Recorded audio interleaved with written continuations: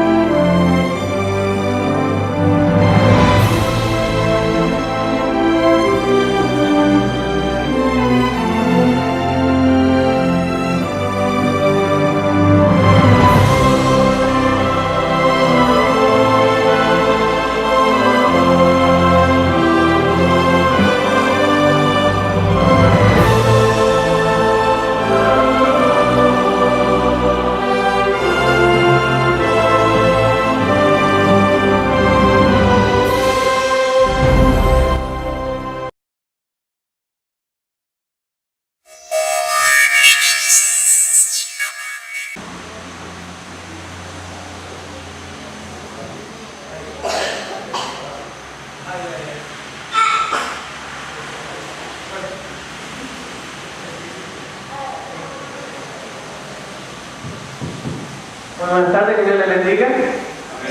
Yo estoy muy contento de estar aquí en esta oportunidad con ustedes. Mi nombre es Marco Pozo, soy de Chile. Gracias a Dios estuvimos hace un mes más o menos con el hermano Samuel aquí en Panamá. Y fuimos a Nicaragua, Guatemala y ahora estamos de vuelta. Y hoy quiero compartir con ustedes la palabra del Señor con respecto al santuario, con respecto a los servicios que se realizaban ahí, con respecto a las profecías que también encontramos en este libro maravilloso y en esta tienda que Dios nos dio. Así que vamos a estudiar eso hoy en día. Los invito a abrir la palabra de Dios en el libro de Salmos, capítulo 20, versículo 1 en adelante. ¿Cómo se llama este sector? ¿Hacia ríos? Hacia ríos. Hacia ríos. Ya, muy bien. Salmo 21 dice: Jehová te oiga en el día del conflicto. El nombre del Dios de Jacob te defienda.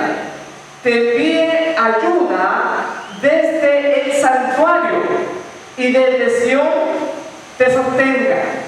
Miren lo que dice ahí, la palabra de Dios dice que Dios va a enviar ayuda del santuario, de esta tienda que vamos a estudiar hoy en día.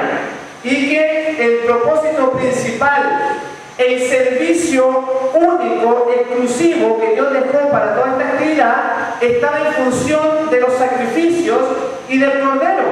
¿Alguien sabe a quién representaba el Cordero? ¿Usted sabe? ¿A quién representaba? Hermana. ¿A quién? A Cristo, exactamente. El centro del santuario era la actividad de los sacrificios para el perdón de los pecados. Y entonces cuando Juan el Bautista ve venir a Jesús en el capítulo 1, verso 29 dice: al día siguiente Juan vio a Jesús que venía hacia él y dijo: este es el Cordero de Dios que quita los pecados del mundo. Lo había identificado a Jesús. Para Juan estaba delante de él lo que era la simbología desde Moisés, desde Adán, pasando por los patriarcas, por los profetas. Estaba señalando ese Cordero que quita los pecados del mundo a Juan el Bautista. O sea, es muy importante ver que la figura, la sombra, en este caso, los fariseos no la pudieron distinguir. A pesar de tener la representación de cientos de años, a pesar de haber muerto ahí miles de animales, cuando llegó el momento de recibir a este Mesías prometido, el pueblo no lo identificó, solamente Juan. ¿Puede ser que la historia pasada se repita? Podría ser que nosotros, como adventistas del séptimo día, que estamos preparándonos para la segunda venida, pudiese ser que todavía nosotros no entendiésemos los significados del santuario. Podría ser. Y eso es lo que vamos a ver justamente en esta hora, para que comprendásemos un poquito más de esta luz tremenda como pueblo, como iglesia. ¿Sabían ustedes que los fariseos habían llegado a ver en el cordero, habían visto en el animal que había gracia en sí mismo? Pensaban que el cordero literal los iba a salvar. A ese nivel habían llegado en ese tiempo las ideas nubladas de lo que es el santuario. Por eso es importante que nosotros lo estudiemos. Y el evangelismo, página 165, dice: la correcta comprensión del ministerio del santuario celestial es el fundamento de nuestra fe. ¿Escucharon qué es lo que decía? Todo adventista que se diga adventista realmente tiene que conocer este mensaje. Porque acá dice en el libro Evangelismo que es el fundamento, son las bases, son los cimientos de nuestra fe. Un adventista del séptimo día que no entiende el santuario, no entiende su fe, no entiende en qué está fundamentado. Por eso es importante que nosotros lo veamos. Y para que hagamos un poquito de historia, ¿alguien sabe cuál fue el primer santuario acá en la tierra? ¿Alguien sabe?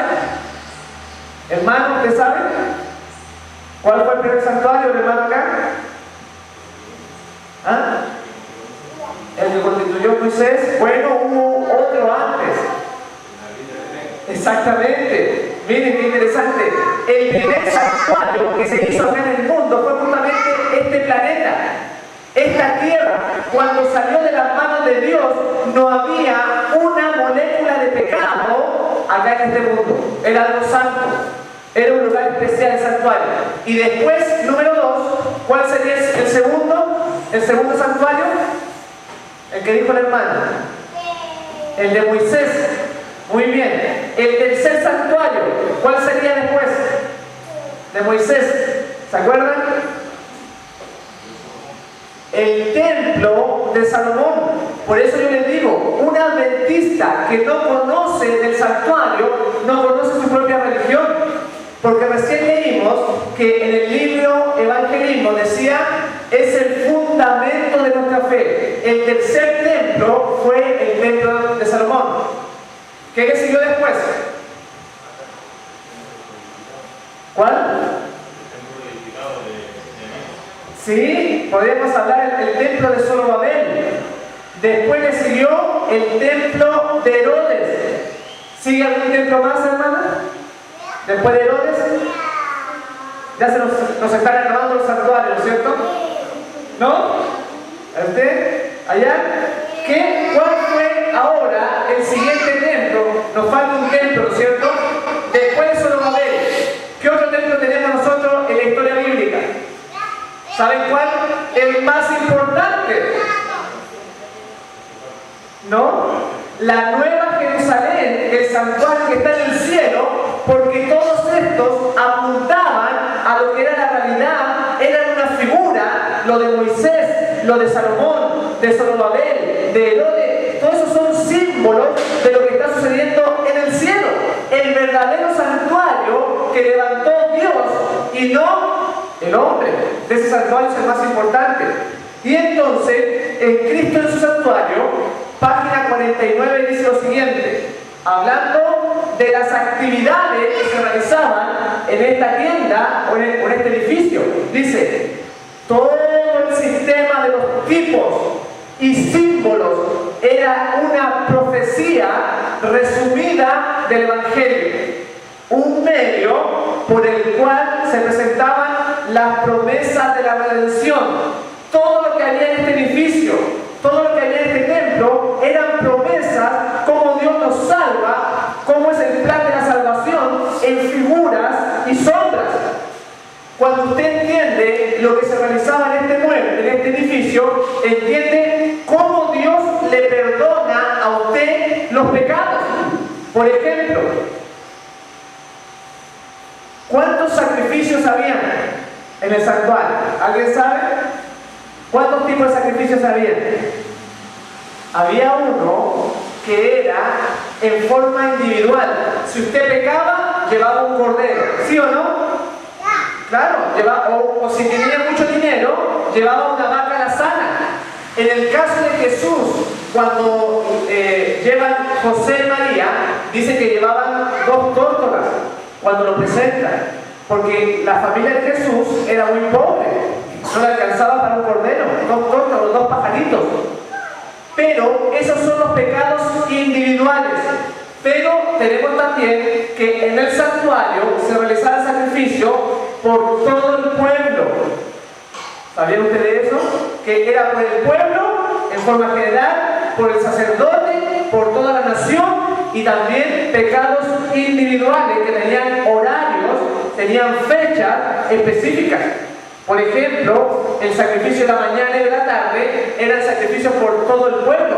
No era un sacrificio por un pecado particular de un individuo, no era así. Y entonces nosotros vemos que ahí se oraba por la iglesia, se oraba por todos. Y también había oraciones personales. Es un ejemplo para que ustedes se den cuenta que entendiendo los servicios del santuario, entendemos el plan de la redención. Por eso decía acá, son profecías resumidas pero del Evangelio. Ahora miren, ¿saben ustedes que hay pecados? Escuchen bien, hay pecados por los cuales no hay sangre intercesora. ¿Sabía usted eso? Había pecados que usted no podía llevar un cordero. Tenía que ser la persona apedreada inmediatamente. El espiritismo, por ejemplo. Aquellas personas que practican el espiritismo. La violación del sábado. El adulterio. No había una ofrenda para redimir ese pecado. Había que apedrearlo.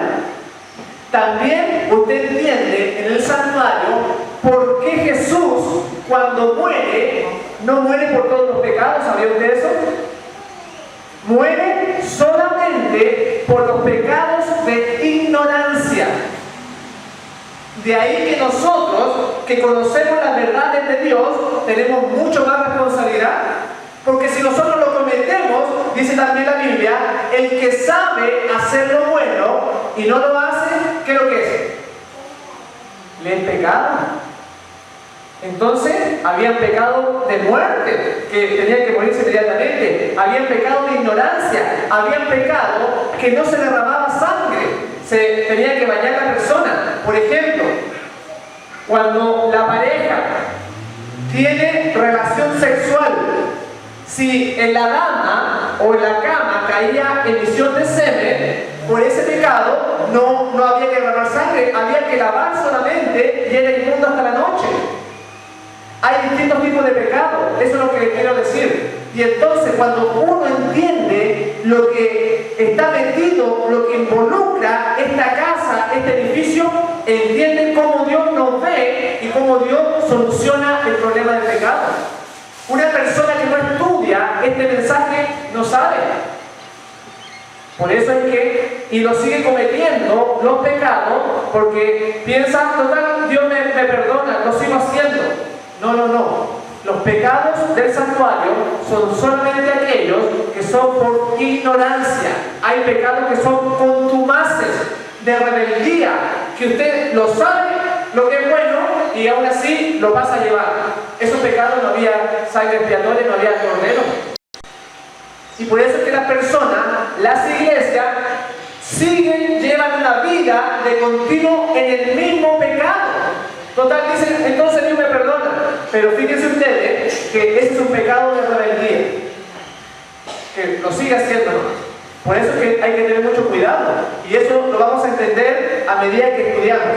Ahora, ¿qué parte del santuario nosotros conocemos? ¿Alguien me puede decir la parte del santuario? Tenía un patio. ¿Cómo se llama el patio? ¿Está la pizarra un poco lejos para allá? El atrio. ¿Lo conocen, no? Después del atrio, en el atrio, ¿qué es lo que había? Un altar del sacrificio. ¿Lo conocen? Después, ¿qué había? La fuente de bronce, hecha con los espejos también. Después, entrando a la casa, ¿qué es lo que había? ¿Ah? El lugar santo. Y después le seguía el lugar santísimo, todo eso.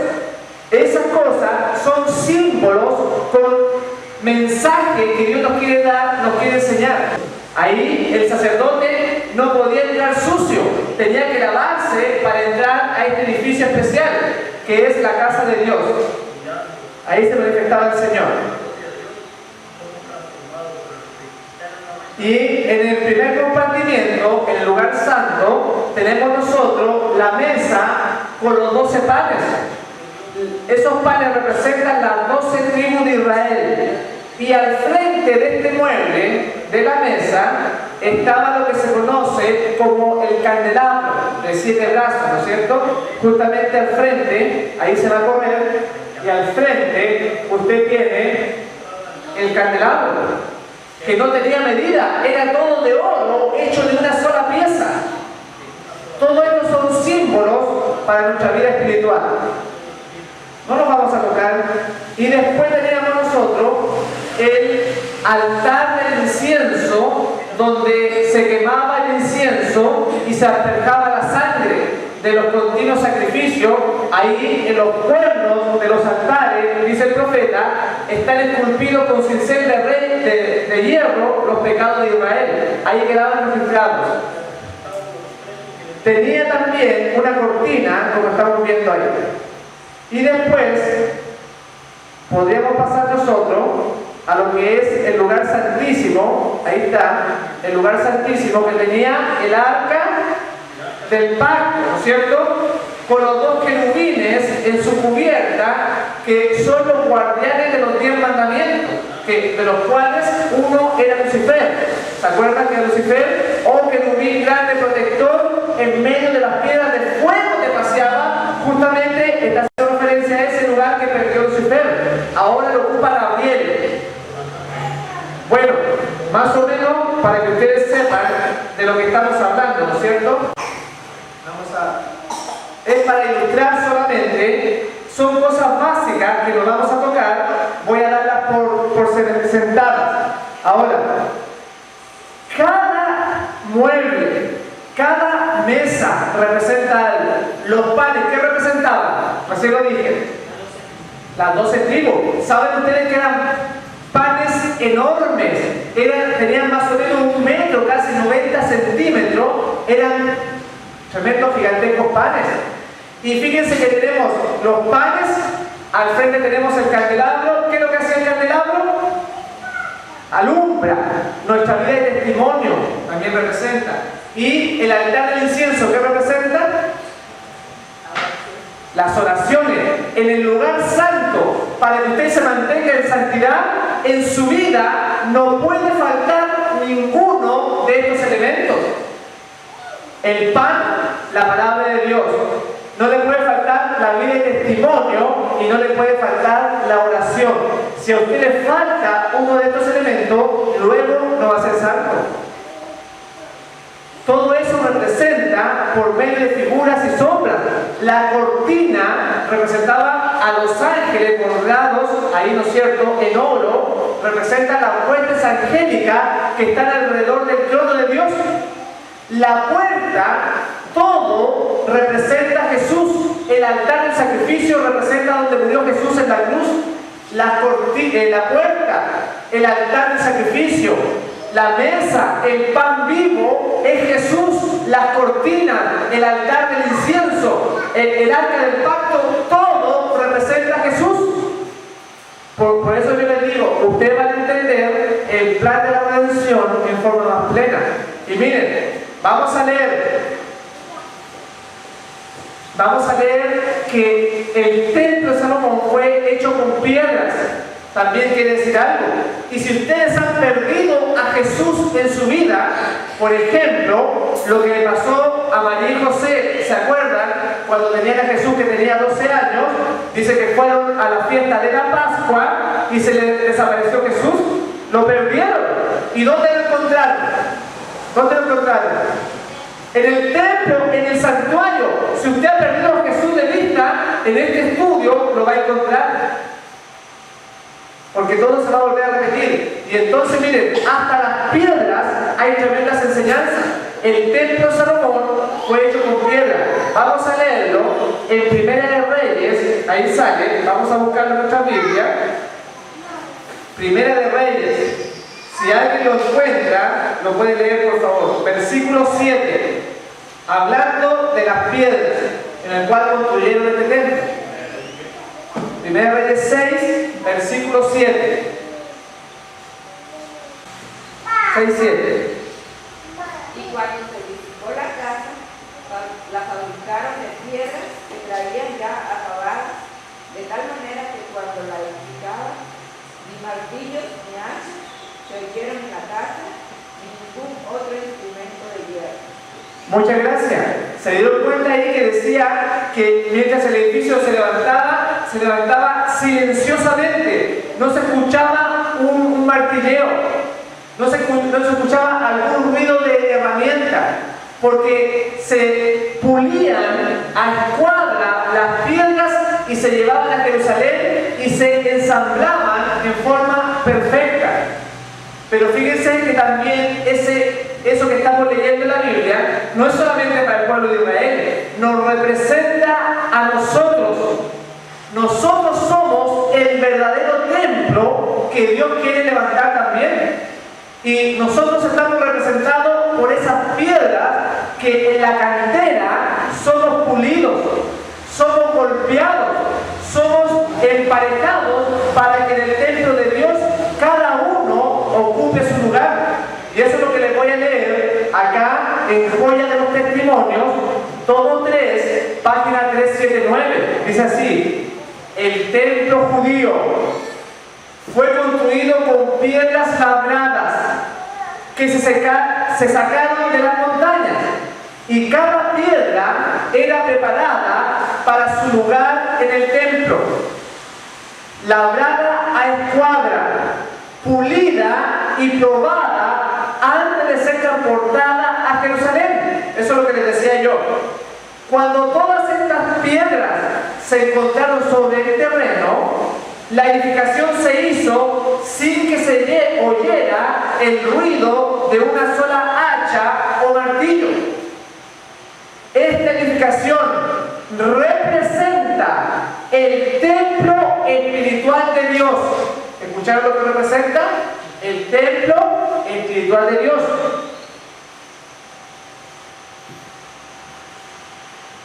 Compuesto de materiales traídos de todas las naciones, lenguas, pueblos y clases sociales, grandes y pequeños, ricos y pobres, sabios e ignorantes. No se trata de sustancias inertes, no se trata de sustancias muertas que deban ser trabajadas por medio del martillo del cincel y sacar.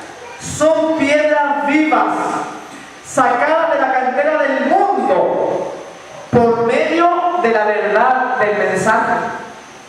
Y el gran arquitecto, el Señor del templo, está ahora labrándolas y puliéndolas, preparándolas para su lugar respectivo en el templo espiritual. Ese templo, una vez terminado, será perfecto en todas sus facetas y causará la admiración de los ángeles y de los hombres, porque Dios es su arquitecto y constructor. Nadie piense que no necesita golpe alguno. Miren lo que dice: no hay persona ni nación que sea perfecta en todas sus costumbres. Una debe aprender de la otra. Acá dice que usted no piense que no va a tener que pasar por pruebas. No piense usted que no merece un martillazo o un hacha para pulir su carácter. Todos nosotros, las pruebas, las dificultades, quizás la falta de trabajo, es la manera como Dios muchas veces tiene que pulir esta piedra dura que es nuestro corazón. Y dice que cuando este edificio sea terminado, va a ser la admiración de las huestes angélicas de todo el universo. y también representa a los 144.000, un pueblo perfecto. Imagínense la enseñanza que estamos viendo solamente en las piedras que pusieron en el templo. Si nosotros empezamos a estudiar, empezamos a indagar más, vamos a encontrar justamente el plan completo de la redención de Dios para con el hombre y la solución del pecado del universo. Por eso es que es tan importante que nosotros lo estudiésemos. Ahora, escuchen bien lo que les voy a decir. Habían dos lugares, ¿no es cierto? El lugar santo y el lugar santísimo. ¿Por qué tienen esta diferencia? ¿Alguien sabe? ¿Por qué se le llama a uno santo y al otro se le llama santísimo? ¿Por qué? ¿Alguien me puede decir por qué? ¿Es acaso que el lugar santo era menos especial que el lugar santísimo? ¿Es acaso eso? ¿Por qué Dios pone en el santuario, pone estos dos departamentos? A uno le llama santísimo, quiere decir lo santo de los santos, muy santo, santísimo. ¿Cuál es la diferencia? ¿Cuál es la diferencia? ¿Ve que debemos estudiar nosotros? Porque fíjense, aquí no hay grado de santidad que uno sea más santo que el otro. Eso es lo que quiero comentar también.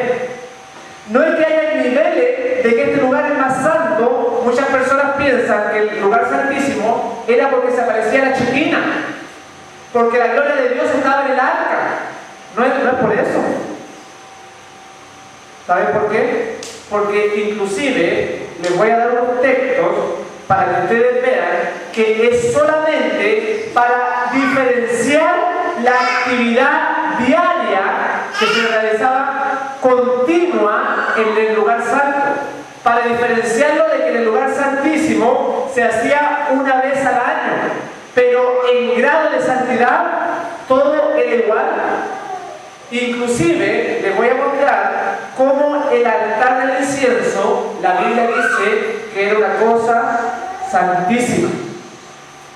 ¿No me creen? Vamos a leer Éxodo 29:35.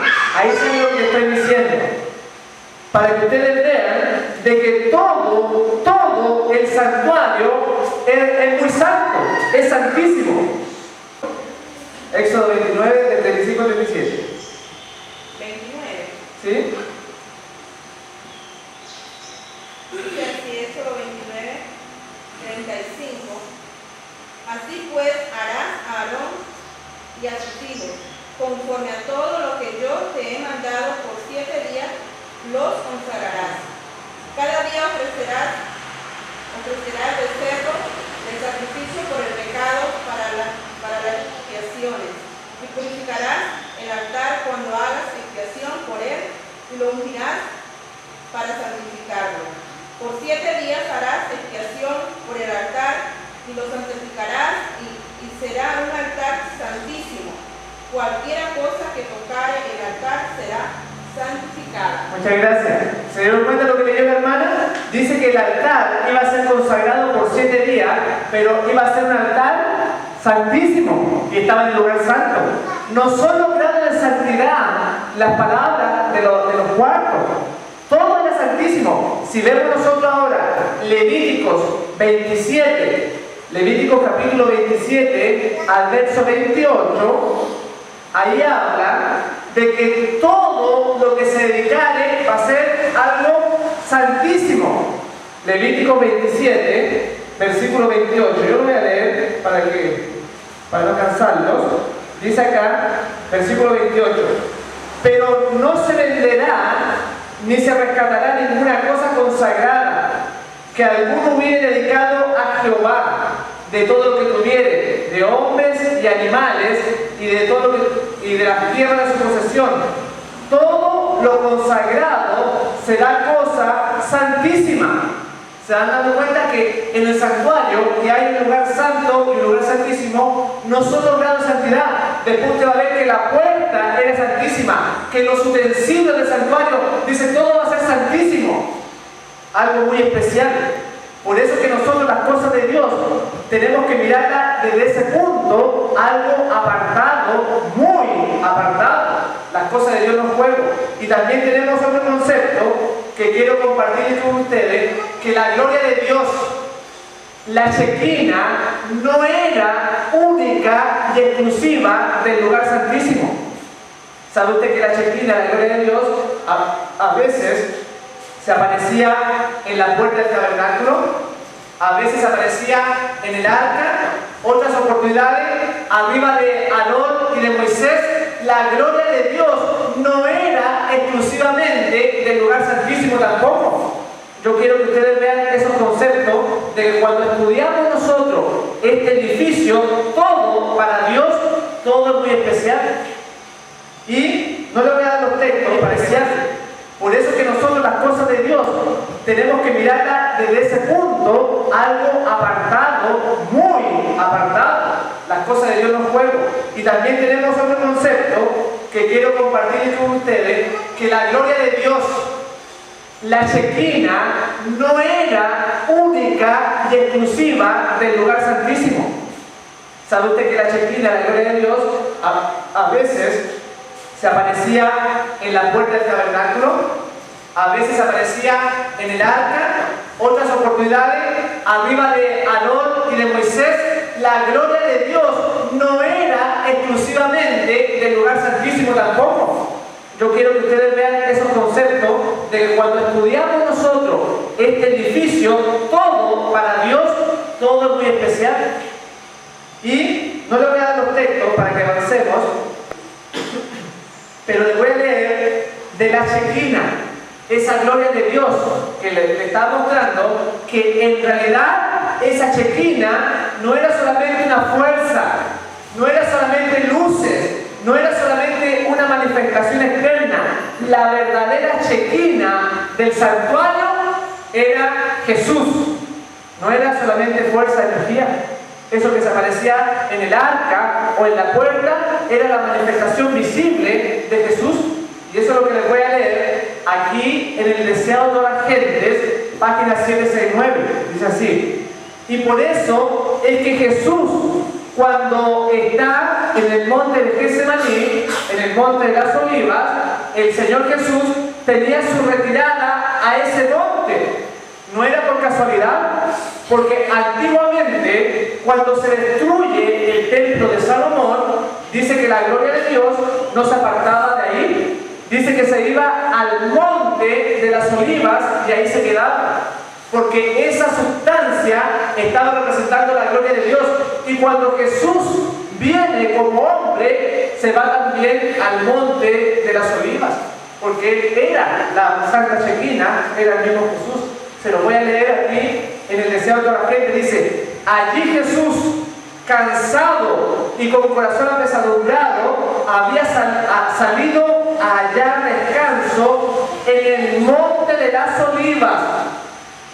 La Santa Shekinah, al apartarse del primer templo, había permanecido sobre la montaña oriental, sobre el monte de las Olivas. Ahí quedaba, como si le costase abandonar la ciudad elegida. Así Cristo estuvo sobre el monte de las Olivas, contemplando a Jerusalén con corazón adelante.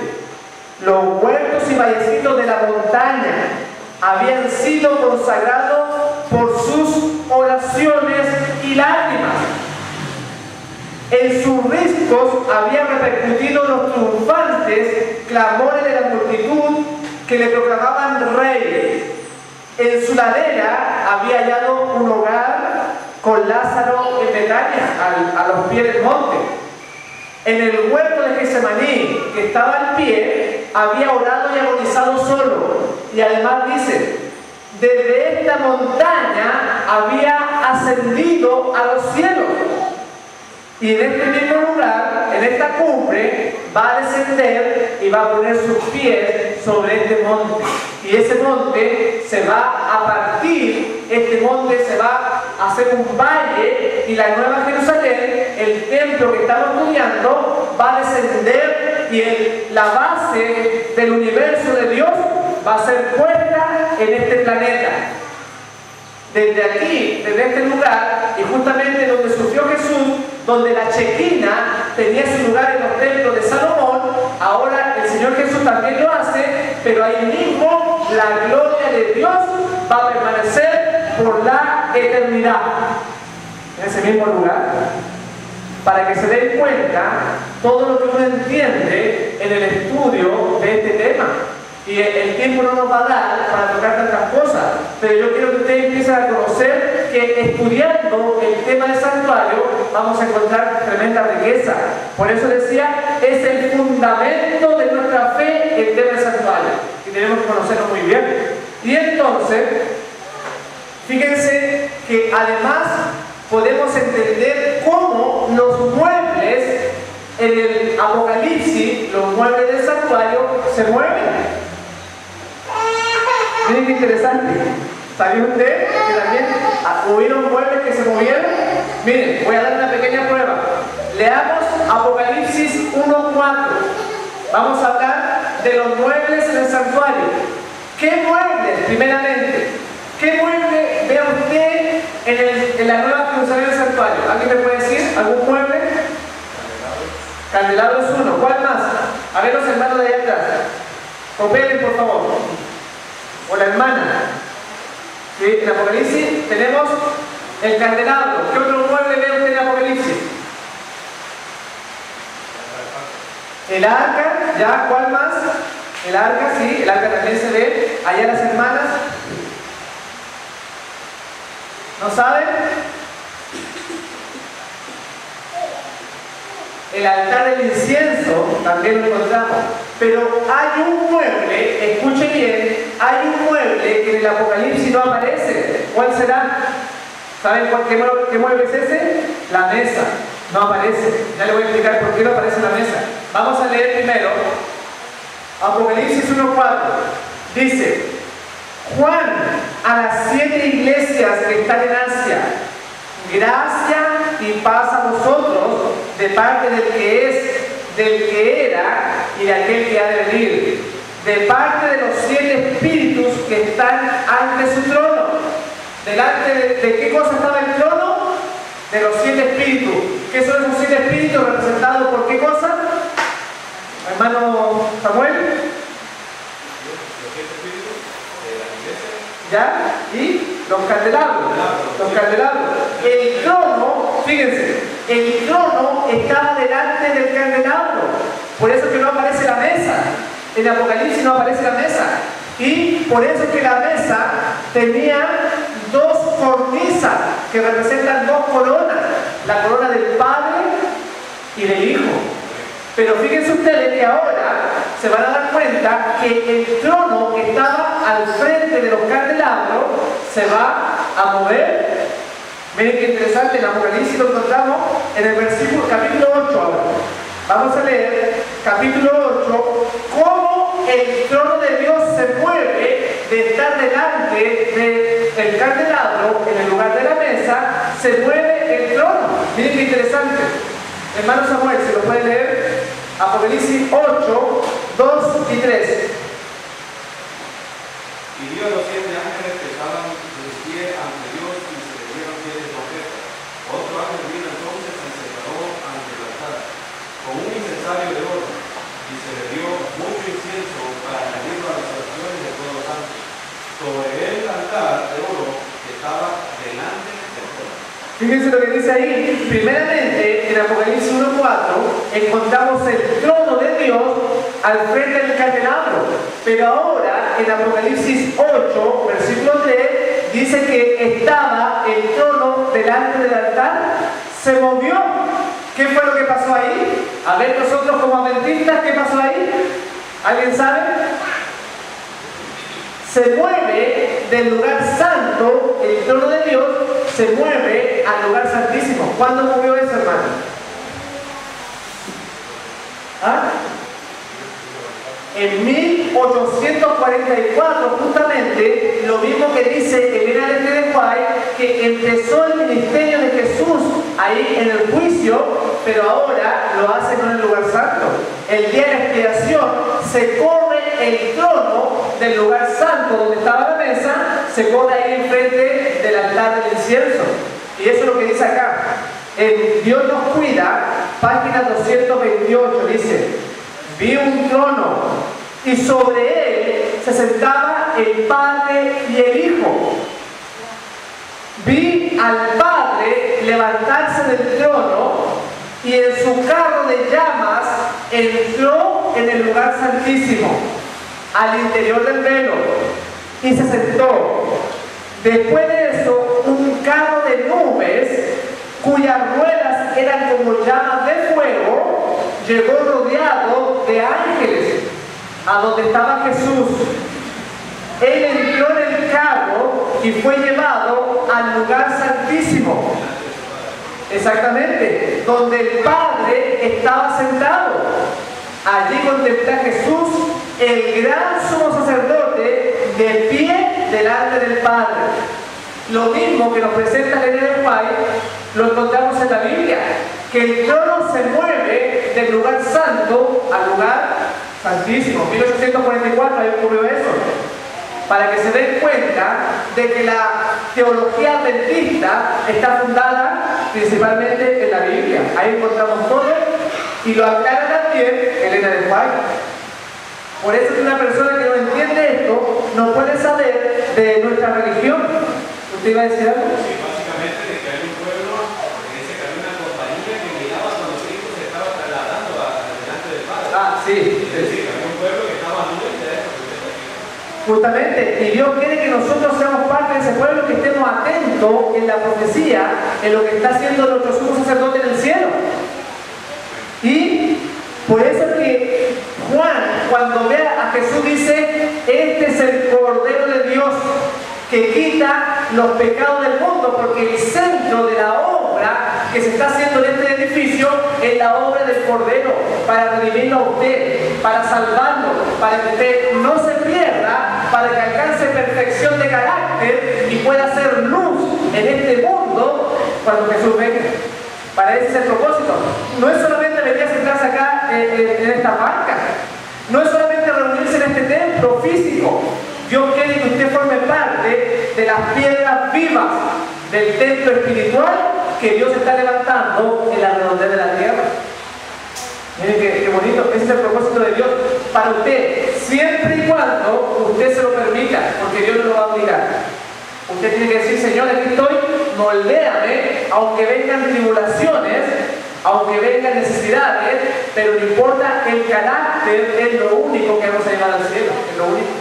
Tenemos que formar un carácter que refleja a Jesús. Y entonces, los sacrificios, vamos a ver ahora un poquito los sacrificios.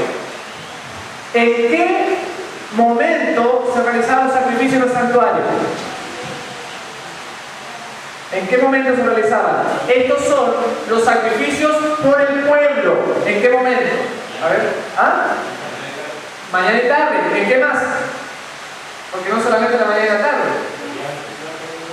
¿Ya? ¿Cuáles son esos? El hermano dice los días especiales. ¿Cuáles son esos? Vamos a leer la Biblia para que ustedes conozcan cuándo se realizaban los sacrificios. En las fiestas también. Segunda de Crónicas, capítulo 31. Vamos a aprender bastante hoy en día de lo que tiene que ver con los sacrificios. Segunda de Crónicas 31, versículo 3. Ahí salen los sacrificios de animales. Hermanos, ¿lo pueden leer, por favor? Segunda de Crónicas 31, capítulo 31, versículo 3. Ahí sale. Hablando del rey Ezequías. El rey consultó de su propia hacienda para los holocaustos a mañana y tarde, y para los holocaustos del día de reposo, y vacunas y piezas solemnes, como está escrito en la ley de Jehová. Muchas gracias. Ahí habla de los sacrificios que se realizaban. Decía los sacrificios de la mañana y la tarde. ¿A qué hora eran esos sacrificios? ¿A qué hora? A las 9 de la mañana y a las 3 de la tarde. Todos los días, a la mañana, el sacerdote mataba un animal y a las 3 de la tarde. Después dice los sacrificios, los holocaustos de los días sábados. Del séptimo día, cada ¿Sabía usted que los días sábados también se mataban animales? Número 28, ahí lo explica justamente lo que estoy diciendo. Después dice, los días sábados, las nuevas lunas, y después dice las fiestas solemnes, o sea, la Pascua, las primicias, el Pentecostés, las trompetas, todas las fiestas se mataban animales. Inclusive, por ejemplo, en los tabernáculos se mataban más animales que en el día sábado del séptimo día. ¿Qué representa la muerte de los animales en el santuario? ¿Qué representa? ¿Ah? Sí, pero el pecador cuando llevaba el animal era perdonado porque los pecados eran transferidos al animal, ¿no es cierto? O sea, era justificado, o sea, era la labor de perdón, de intercesión que nuestro sumo sacerdote está realizando no en la tierra, sino que en el cielo. O sea, a las 9 de la mañana Jesús se presenta no con sangre de animales, y por eso que nosotros no matamos animales, porque la verdadera sangre que representaba está ofreciéndose en el cielo a las 9 de la mañana, a las 3 de la tarde. Después dice, los días sábados también se ofrece nuestro sumo sacerdote. En los días de luna nueva, en las fiestas solemnes, todo eso, y decía, como está escrito en la ley de Jehová. Oigan, pero yo pensaba que la ley eran solamente los 10 mandamientos, pero los 10 mandamientos nunca dice que hay que matar animales. Ahí dice la ley de Jehová. ¿Saben por qué dice eso? Porque para el pueblo de Dios la ley eran los 5 primeros libros del Pentateuco, y en este caso estamos hablando del libro de Levítico. Todo eso es la ley de Dios, y por eso que nosotros damos el tiempo, porque el tiempo no está en los 10 mandamientos solamente. Dice, no matarás, no robarás, no aparece el tiempo. Por eso es que la dama, la mujer, no tiene que vestirse como hombre. ¿O le gustaría que el hermano, cuál es su nombre? ¿El hermano Héctor? Miren, todas esas cosas no han terminado. ¿O le gustaría a ustedes que si una dama se viste como hombre, le gustaría a ustedes que el hermano Héctor saliera aquí adelante con falda, con ropa de mujer? ¿Cómo se vería?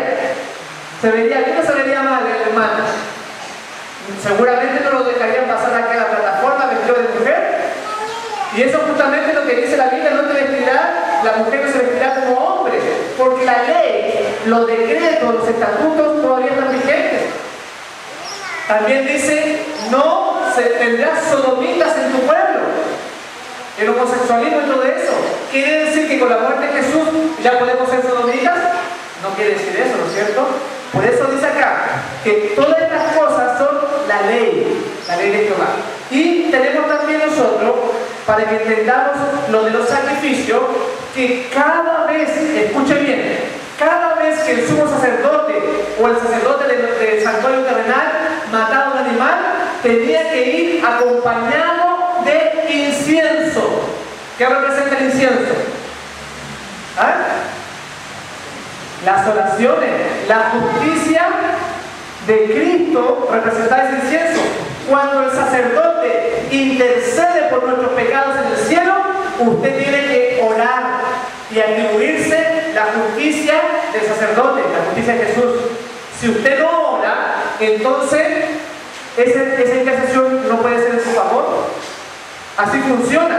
Esto se lo voy a leer en Cristo en su santuario, página 38 y página 39. Dice así: delante del velo del lugar santísimo había un altar de intercesión perpetua, y delante del lugar santo un altar de expiación continua. Había que acercarse a Dios mediante la sangre y el incienso. Noten, cuando Jesús se presenta, cuando el sacerdote se presentaba, la sangre tenía que estar el pueblo orando afuera del santuario para que esa labor que se realizaba en el santuario internamente pudiera ser aplicada al pueblo. La sangre y el incienso siempre van juntos. Por eso dice esto acá: pues estas cosas simbolizan el gran mediador, por medio de quien los pecadores pueden acercarse a Jehová, y por cuya intervención tan solo puede otorgarse misericordia y salvación al alma arrepentida y creyente. ¿Se van dando cuenta por qué nos presenta el plan de la redención? No es solamente que Jesús está intercediendo en el cielo. Usted tiene que pedir esa intercesión. Tiene que aplicarse la justicia de Cristo, esos méritos a su favor. No es solamente que Jesús haya muerto. Usted tiene que decir: Señor, tu muerte en mi favor para perdón de mis pecados. Tiene que orar. Y ahí decía, a las 9, a las 3 de la mañana. Todo eso el día sábado, todo lo que vimos recién. Y miren lo que dice acá. Página 39 de Cristo en su santuario dice: el incienso que ascendía por las oraciones de Israel representa los méritos y la intercesión de Jesús. Ese incienso representaba los méritos de Jesús que iban con la sangre. Así funciona. Ahora,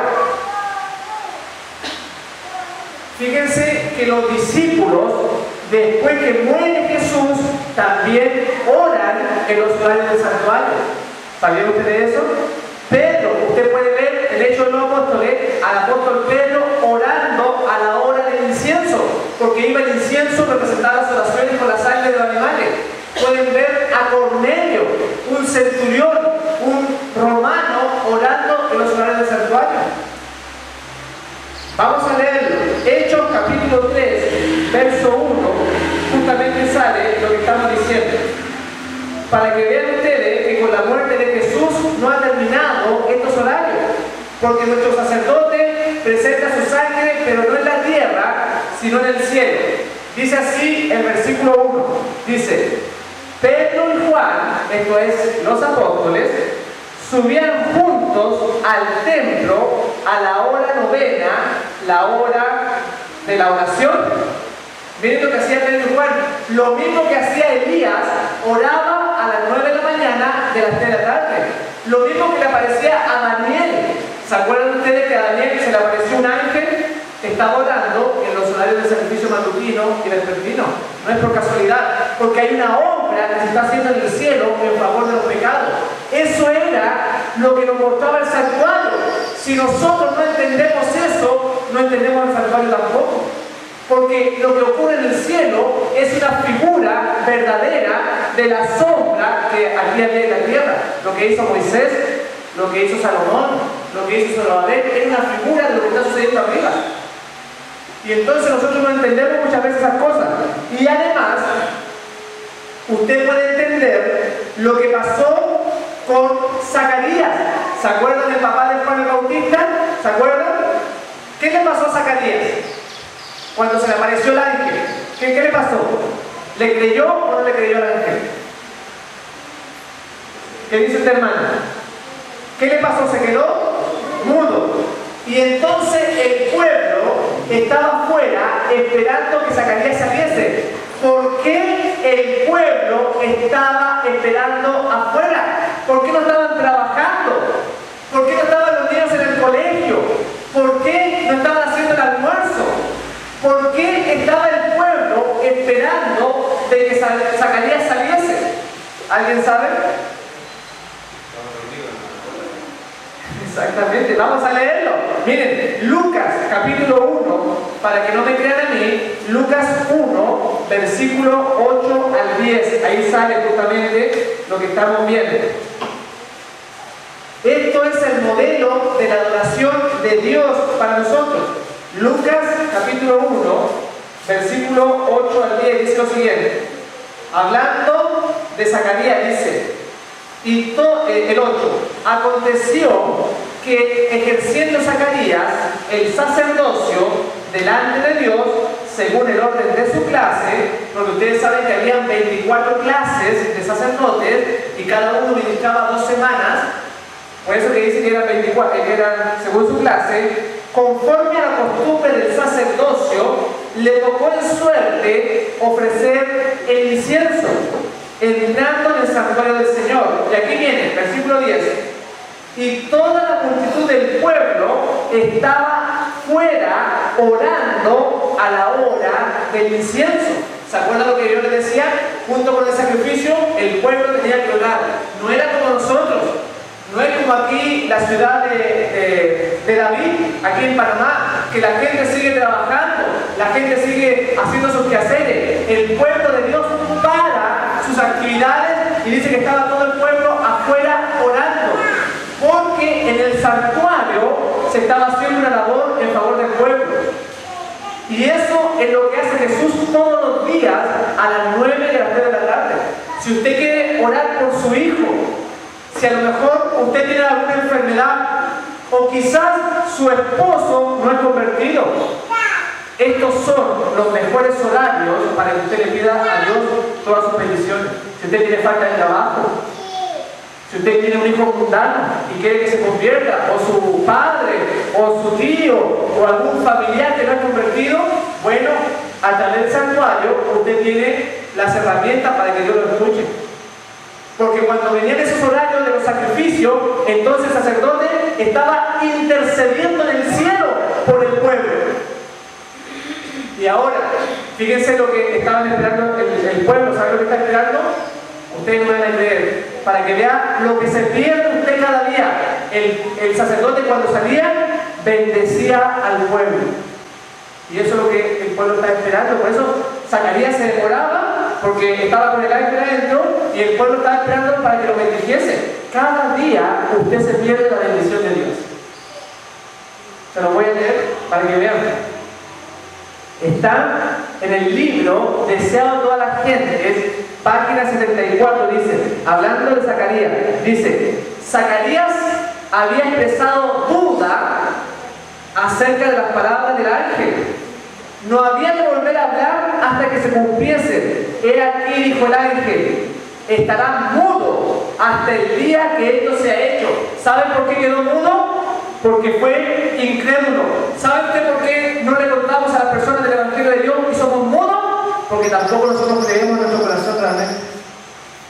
Porque si realmente creyésemos nosotros en este preciosísimo mensaje, estaríamos a voz en cuello pregonándolo por toda la ciudad de David, por todo Panamá estaríamos pregonando, y por eso se quedó mudo. Oiga, ojalá que no nos pase eso a nosotros también, que no le queremos contar a la gente de que Jesús viene, del mensaje de los 3 ángeles, y por eso el castigo sobre Zacarías se quedó mudo. Y eso dice acá, dice: por cuanto no creísteis a mis palabras, las cuales se cumplirán a su tiempo. El sacerdote debía orar. Escuchen lo que dice. Por eso que representa, véanlo todo como Jesús. El sacerdote debía orar en este culto por el perdón de los pecados públicos y nacionales. Esta era una ceremonia para todo el pueblo. Aparte de los pecados individuales que llevaban los israelitas en cualquier momento del día, había una oración especial por los pecados de Panamá, por los pecados de Chile, por los pecados de Estados Unidos. Esos son pecados nacionales, y eso es lo que hacía el sacerdote. El sacerdote debía orar en este culto por el perdón de los pecados públicos y nacionales y por la venida del Mesías. Pero cuando Zacarías intentó hacerlo, no pudo pronunciar una palabra. Y aquí viene, escuchen bien. Saliendo afuera para bendecir al pueblo, les hablaba por señas y quedó mudo. No pudieron tener la bendición. Fíjense, cada vez que Moisés entraba en este edificio, el pueblo oraba. Y cuando salía Moisés, cuando salía Aarón, extendían sus manos y daban la bendición al pueblo. Miren lo que se está perdiendo usted cada día. Si usted piensa, usted se pregunta, ¿por qué mis oraciones no son escuchadas? A lo mejor usted tiene un periodo de 5 años, 10 años en su vida por un proyecto, por un plan especial que usted quiere que Dios le conceda. ¿No le parece que podíamos hacerlo como dice la Biblia? Como lo hacía Pedro y Juan, o como lo hacía Cornelio. Si usted desea que en su vida tenga una manifestación divina, que cuando esté orando en su cámara más secreta se le apareciese un ángel, por ejemplo, ¿a quién le gustaría ver un ángel? ¿Puedo ver la mano? Ahí atrás, ¿le gustaría? Bueno, a mí también. ¿Y por qué solamente para Daniel? ¿Por qué solamente para Elías? ¿Saben por qué? Porque ellos eran hombres consagrados. Y Dios quiere que usted se consagre. Ese joven que está allá atrás mirándole así con unos ojos bien grandes, que se está riendo. Así, ese joven es para Cristo. La hermana que está acá es para el Señor. Todos nosotros, toda su iglesia, son piedras que se están moldeando para construir el verdadero edificio que va a ser en el universo la admiración de los ángeles. Al ver a un borracho, al ver a un drogadicto, que por el poder de Jesús ahora ya dejó la droga, que dejó la bebida, que el esposo que era mal genio, que le pegaba a la esposa, ahora es un hombre sumiso, humilde, sencillo. Le cambió el carácter Jesús. Y cuando los ángeles ven eso, que en su vida usted cambia para la gloria de Dios, entonces el nombre de Jesús es exaltado en los cielos. Pero desde ahí, nadie diga que no necesita ser pulido, no necesita un martillazo. En la vida necesitamos nosotros los martillos, porque somos tan duros muchas veces, somos tan contumaces que si nos viene una enfermedad, nos viene una falta de trabajo, seguimos viviendo igual. Porque claro, tenemos dinero para comer, tenemos un auto regio, una buena casa, entonces ¿para qué quiero Jesús? Por eso que Dios permite muchas veces esas cosas difíciles en nuestra vida. Pero usted no se rebele. Dele gracias a Dios incluso por la prueba, por la tribulación que vamos a estar pasando, porque siempre va en nuestro beneficio. Por eso que somos piedras vivas. Y debemos entregarle nuestra vida, cada acto de nuestro ser, debemos entregárselo a Jesús. Y por eso que estamos viendo esta adoración especial para entender un poquito. No les voy a leer lo que salía ahí de cómo Moisés y Aarón bendecían al pueblo. Dice que cada vez que bajaba la nube, cuando Moisés entraba en el tabernáculo, dice que el pueblo no se quedaba durmiendo por ahí, no se quedaba trabajando. El pueblo salía a la puerta de su tienda y ahí adoraba, porque se estaba haciendo una labor en el cielo. Y muchas veces nosotros, al no entender el santuario, no sabemos, claro, decimos que Jesús está intercediendo, pero no sabemos cómo. Es algo ambiguo, nunca nos enseñan eso. Pensamos que está ahí todo el día, ¿no es cierto? No, tiene horarios para interceder, para ofrecer su sangre. No la sangre de cordero, ni de vaca la sana, su verdadera sangre que está siendo ofrecida. Y nosotros estamos haciendo las cosas en la casa. Por eso es que no tenemos respuesta muchas veces. Y si tenemos respuesta, es solamente por la misericordia grande de Dios que siempre nos quiere ayudar. Y todas las cosas que recibimos son por misericordia de Dios. Pero no hay que abusar de esa misericordia. No hay que ser como Caín. La ofrenda de Abel y Caín, ustedes se acuerdan de la historia, ¿no es cierto? Ellos estaban también en un altar, estaban ofreciendo una ofrenda. Miren, Caín, no es que Caín no era una persona religiosa, era religioso, porque justamente fue y presentó la ofrenda. Pero ¿cuál era la diferencia con la ofrenda de Abel? La diferencia es que Abel lo estaba haciendo como Dios había dicho. Caín lo estaba haciendo como a él le gustaba hacer. Hay una diferencia. Y también podríamos decir que iba a la iglesia. Esos son los dos adoradores. El que, si acaso usted adora como usted se le ocurre, como dice el católico, dice: yo adoro a Dios a mi manera. La ofrenda de Caín. Si usted lo hace de forma distinta, está haciendo lo mismo que Caín. Dice que la ofrenda no fue aceptada. Aunque Caín llevó algo, pero llevó los frutos de la tierra. Dios no le había pedido eso. Yo le había pedido algo específico, un cordero, y eso fue lo que hizo Abel. Y entonces Abel fue hallado un varón justo delante de Dios.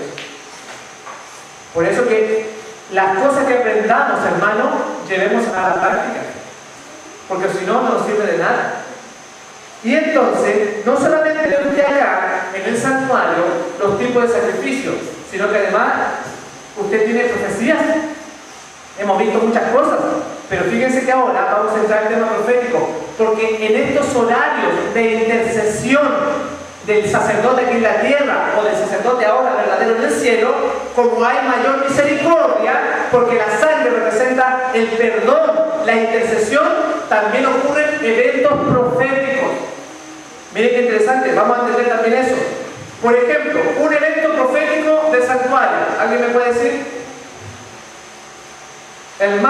El centro de nuestra redención.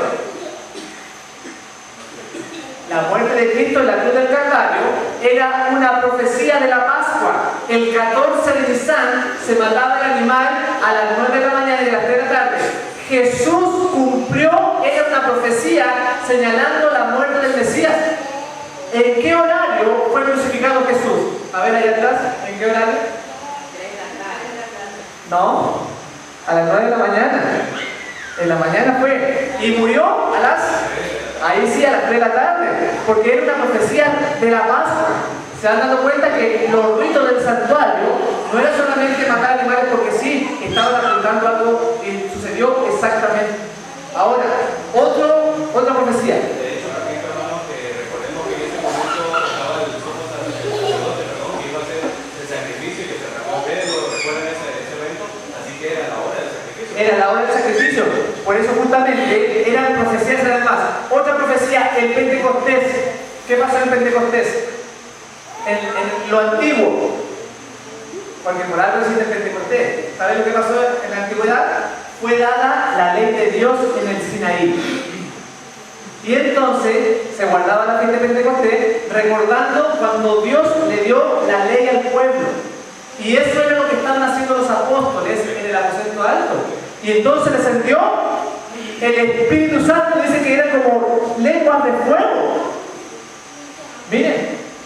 Perdón, quiero consolidar. Lo que pasa es que muchas veces ignoramos que el Pentecostés es una reiteración o una presentación de la Santa Ley de Dios. Y de hecho, pues nos llama la atención de que muchas iglesias, porque se dicen más sobre Pentecostés, ignoran precisamente la ley, ¿verdad? Porque eso es justamente lo que quiero presentarles, de que a lo mejor nosotros no hemos entendido el santuario, no hemos entendido los sacrificios como los fariseos de antaño, tampoco lo entendían y no reconocieron a Jesús, que era el centro. Al no conocer nosotros estas cosas, son las facetas de la redención que Jesús tiene para nosotros. Podemos estar igual que las otras iglesias, no entendiendo lo que somos. Y tenemos una tremenda riqueza en este edificio que estamos estudiando. Otra profecía. Vimos la del Pentecostés, vimos la de Jesús, la capilla, pero también quiero ver una que es en el día de las trompetas. ¿Saben que en la antigüedad, o sea, existe lo que es la fiesta de las trompetas? Hubo un acontecimiento que fue el reavivamiento en los tiempos de Esdras. Se produjo justamente un reavivamiento en el tiempo del sacrificio de la ofrenda. También tenemos nosotros el 22 de octubre, el día de expiación. Jesús pasa, estaba simbolizado por el 10º día del 7º mes, pasa del lugar santo al lugar santísimo, el gran chasco que también se reconoce. Todas esas cosas ocurren el día del santuario. También tenemos nosotros el censo de la nueva luna. En Moisés se realiza el censo en la fiesta de la luna nueva. Todas esas son fiestas que ocurrieron cosas importantes en el pasado y que ahora están ocurriendo cosas importantes también. Tenemos también la muerte de Aarón en el día de la luna nueva. La visión que Dios le dio a Ezequiel se produjo el primer día del mes. La luna nueva marca el primer día del mes. Como nosotros tenemos un calendario pagano, no conocemos estas cosas, porque el calendario que dice enero, febrero, marzo, abril, no aparece en la Biblia, viene de los romanos. Y por eso que usted ve, por ejemplo, el mes de julio tiene que ver con Julio César. O agosto, el mes de agosto, que el mes del cual estamos hoy día, en estos momentos, es Augusto, de Augusto César. Todo es un calendario que no sale en la Biblia. Por eso que cuando yo le hablo de la luna nueva, usted a lo mejor me mira extraño, pero que está en la Biblia. Eso es realmente el tiempo. Por eso decía en los Salmos, pusiste la lumbrera menor, pusiste la luna para marcar los tiempos. Eso bíblicamente hablando, eso es lo que dice la Biblia. Y entonces debemos estudiar. Bueno, y justamente en Deuteronomio, en la luna nueva, Moisés hace el recuento de la ley, da a conocer la ley al pueblo. Deuteronomio capítulo 1, ahí también sale. Y algo muy importante que tiene que ver cuando se levantó la tienda cualquier día. ¿Alguien sabe qué día lo hicieron?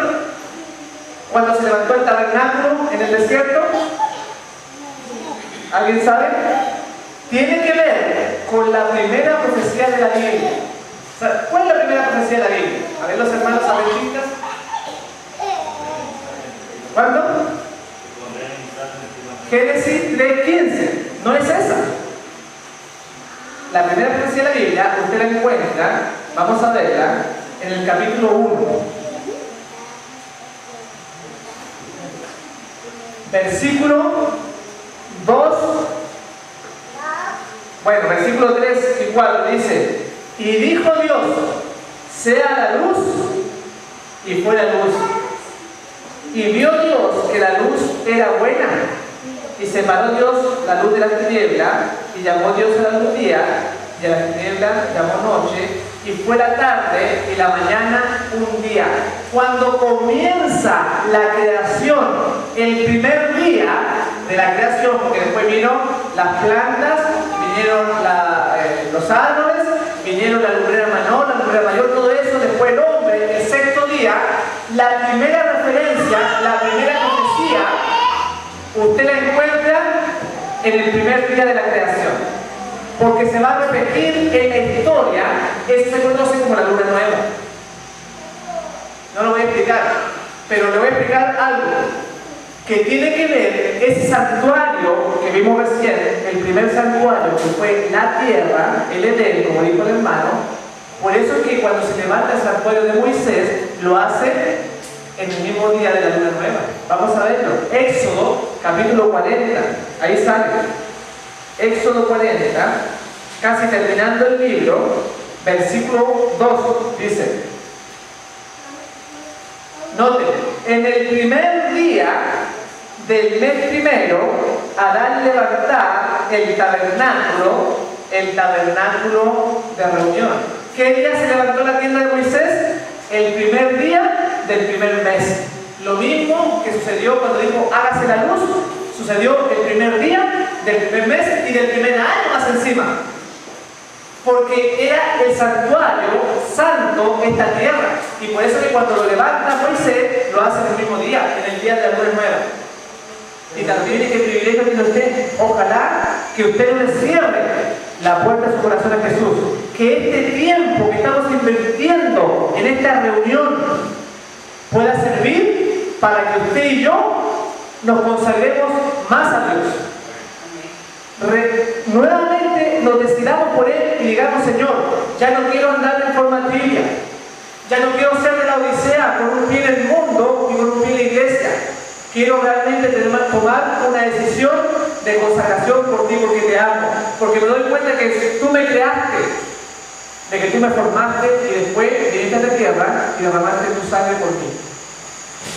Es tan irracional negarse a Jesús. Es irracional, porque lo ha hecho todo por usted, lo ha hecho todo por mí. Lo que nosotros debemos hacer es entregarle nuestro corazón. Y miren, y en este horario de la muerte va a ser recordado por la eternidad el sacrificio de Jesús. Y fíjense que en el aspecto profético también tenemos sucesos que han ocurrido en los días de fiesta, a las 9 de la mañana. Por ejemplo, ¿ustedes se acuerdan? Una de las señales, van a venir, se va a oscurecer el sol, la luna no dará su resplandor, se va a convertir en sangre. ¿Se acuerdan las señales? Ese oscurecimiento del sol, ¿cuándo ocurrió en la historia? A ver, Adventista del séptimo día, díganme. ¿En qué año fue el oscurecimiento del sol? ¿Cuánto? No. Pero anda cerca. Ese fue el terremoto de Lisboa. ¿Cuánto? 1780, exactamente. ¿Qué día? Ya no lo voy a preguntar el día, pero te pregunto el año. Ya se el año 1780. Fue el 19 de mayo, el oscurecimiento del sol.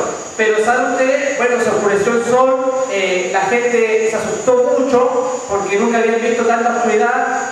¿Sabe usted a qué hora se oscureció el sol?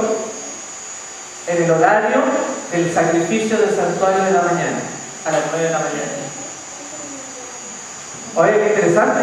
Para que se den cuenta ustedes que cuando la gente se asustó, cuando la gente pensaba, dice Elena White, que pensaban que era el fin del mundo.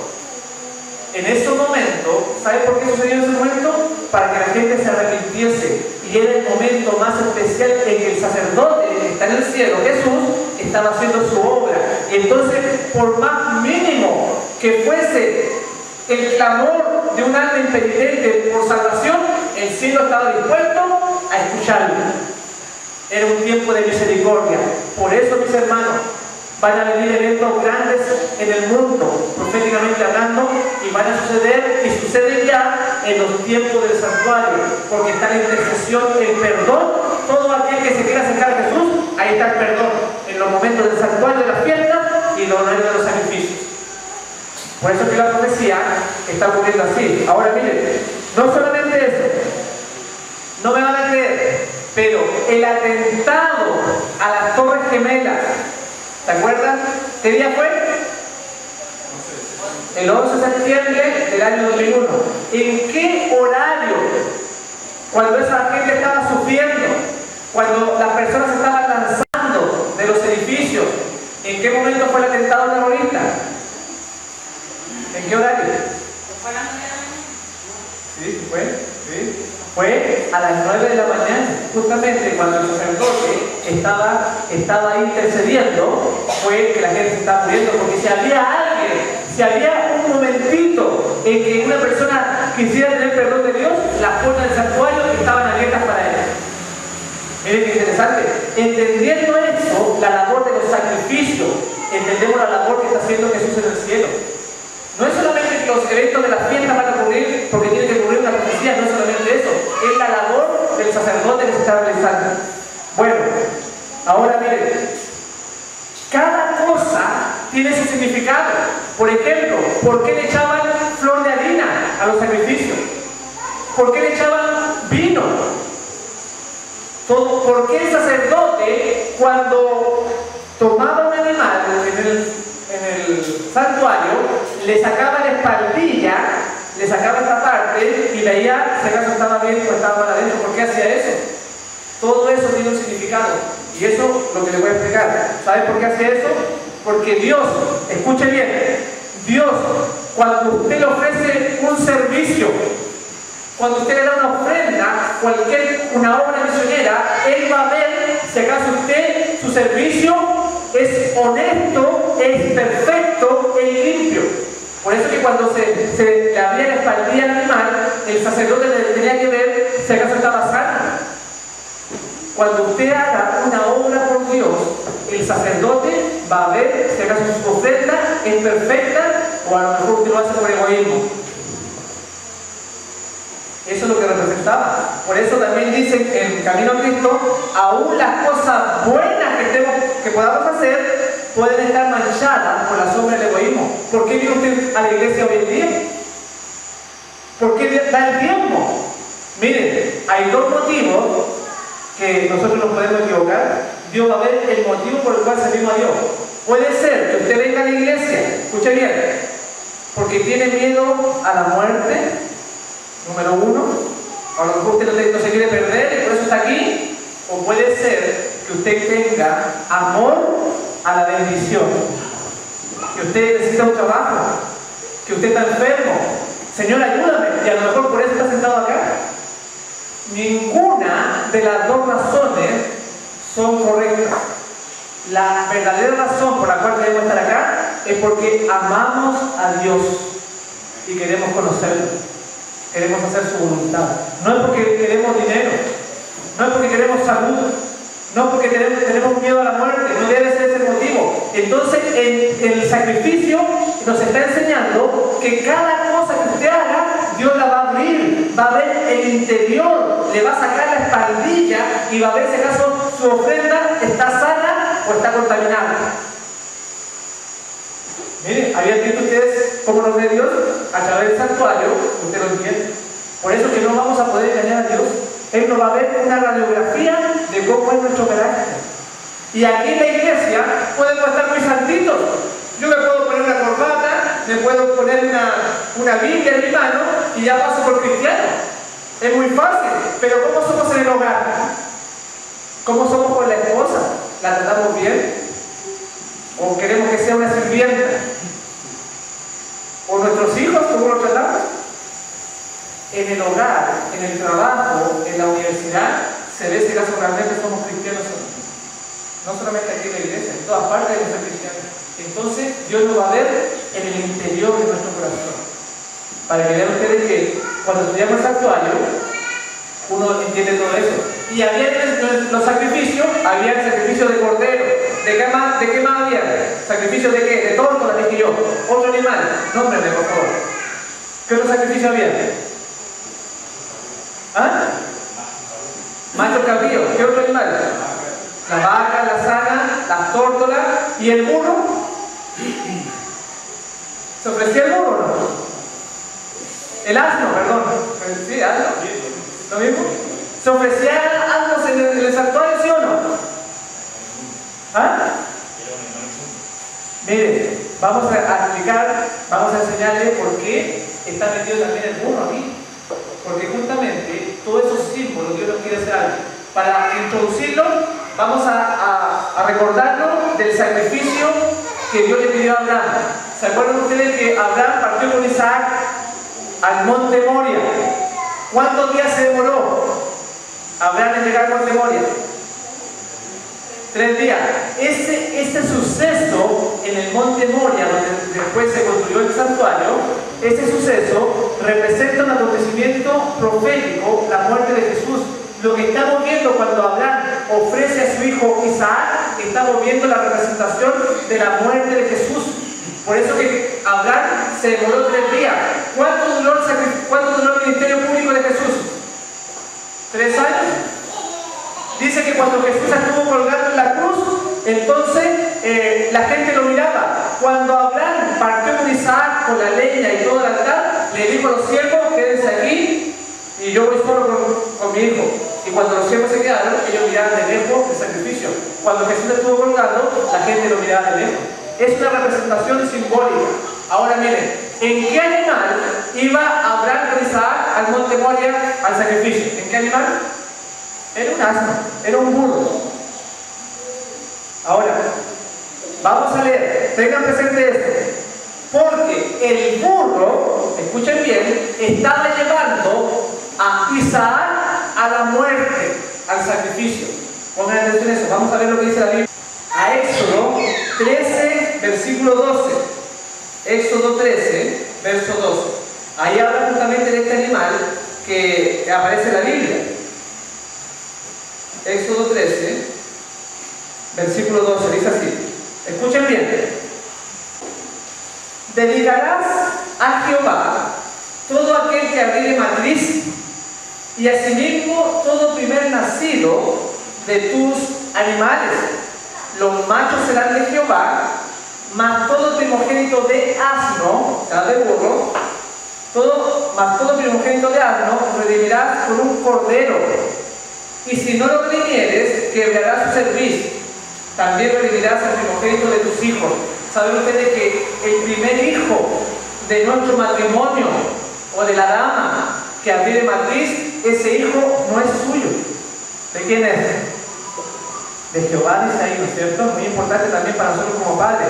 Y dice que el primogénito del asno había que redimirlo para que un israelita tuviese un asno como animal, como carga, como animal de carga, tenía que haber pagado por un cordero por el asno. ¿Saben ustedes que el asno no es un animal muy apreciado? Es símbolo de humildad también, pero ese asno nos está representando a nosotros. Miren, no es que nos quiera ofender, pero ese burro nos representa a usted y a mí. ¿Saben por qué? Porque para que el asno quedase libre, tenía que echar ¿quién? Un cordero. Tenía que venir Jesús para que nosotros quedásemos libres. Y por eso que usted ve que cuando Jesús está entrando a la Jerusalén, ¿en qué animal lo hace? Ese día domingo, primer día de la semana. ¿Ah? en un pollino, en un burro, es un asno. Miren, escuchen bien, ese asno estaba llevando a Jesús a Jerusalén, lo estaba llevando a la muerte, porque lo iban a matar ahí. ¿Y en qué horario estaba entrando Jesús a la muerte? ¿En qué horario? ¿Se puede saber? Era en el horario del sacrificio del santuario. Cuando Jesús entra y va ese asno montado en el asno, estaba yendo a la muerte, estaba representando que Jesús iba a morir. Y ese animalito nos está representando a nosotros, porque por nuestros pecados Jesús tuvo que ir a Jerusalén a morir. Y el horario sale acá, que fue justamente en un horario del santuario. Y esto que él entró a Jerusalén representa, escuche bien, un acontecimiento profético. Cuando Jesús entra en la nueva Jerusalén, ¿se acuerdan ustedes del Salmo 22? Es el Salmo 22, ahí donde dice que se abren las puertas de la ciudad, porque entrará el Rey de Gloria. Y pregunta a los ángeles, ¿quién es este Rey de Gloria? ¿Se acuerdan? Jehová, el poderoso, el grande, el fuerte en la batalla. Porque estaba representando esa entrada a Jerusalén, estaba representando cuando Jesús iba a entrar con los redimidos en el cielo. O sea, un acontecimiento profético. Y ahora, ¿en qué horario? ¿En qué horario lo hizo? Acá sale, escuchen bien. Deseado de toda la gente, página 525 dice: esas voces son acalladas por un clamor de triunfo. Es muchas veces repetido por la ansiosa muchedumbre. Es recogido por el pueblo a gran distancia y repercute en las colinas y los valles circunvecinos. Y ahora la procesión es engrosada por la muchedumbre de Jerusalén. De las multitudes reunidas para asistir a la Pascua, miles salen para dar la bienvenida a Jesús. Le saludan agitando las palmas. Eso es lo que estaba sucediendo. Prorrumpiendo en cantos sagrados, los sacerdotes hacen sonar en el templo la trompeta para el servicio de la tarde. Pero pocos responden a ese llamado. Por eso es que se enojan tanto los fariseos y los saduceos cuando Jesús está entrando. Porque era el horario del sacrificio de la tarde cuando sonaba la trompeta. Porque estaba anunciando que venía el verdadero Cordero a morir por los pecados del mundo. Iba a morir Jesús. Y ahí estaba entrando. Y adivinen qué. ¿Quién era la persona que estaba guiando ese burro? ¿Quién era? ¿Sabe usted, hermano Samuel, quién era? Era Lázaro. Miren que bien, era justamente Lázaro el que llevaba a Jesús, lo llevaba también a Jerusalén. El burro lo representa a nosotros, que llevamos a Jesús a la muerte. Pero Lázaro está representando cuando él entra en la nueva Jerusalén como la hueste de los redimidos, aquellos que él resucitó con su propia sangre. Porque esa entrada representa la entrada a la muerte, pero representa la entrada a la nueva Jerusalén en el cielo. Todo eso usted lo ve en el santuario, entendiendo lo que son los sacrificios de los animales. Por eso que dice, el santuario es el fundamento ¿de qué cosa? De nuestra fe. Por eso que usted tiene que estudiarlo. Y por eso que Juan el Bautista dijo, este es el Cordero de Dios que quita los pecados del mundo. Hemos estado viendo un poco las distintas facetas de la obra redentiva de Jesús. Y ya por el tiempo, yo voy a terminar, ya por el tiempo lo vamos a dejar hasta aquí, pero ojalá que ustedes, hermanos, continúen este estudio, porque es muy largo, es amplio, y ahí van a encontrarse, igual que José y María, cuando perdió a Jesús, ahí estaban tantas cosas con el trabajo, estaban tan ocupados con cosas que lo llevó a perder a Jesús de su lado. Y cuando lo encontraron, a lo mejor usted ha perdido a Jesús en su vida, a lo mejor ha perdido el primer amor, a lo mejor ha perdido ese celo que tuvo cuando usted se bautizó. Bueno, estudiando este tema del santuario, va a encontrar a Jesús, porque José y María encontraron a Jesús en el santuario, en el templo. Y Dios quiere que usted sea parte de este pueblo que va a reflejar completamente el carácter de Jesús. Porque Dios lo ama, porque Dios murió por usted y quiere entregarle perdón y salud. Usted tiene que ser en forma libre, tiene que responder por amor.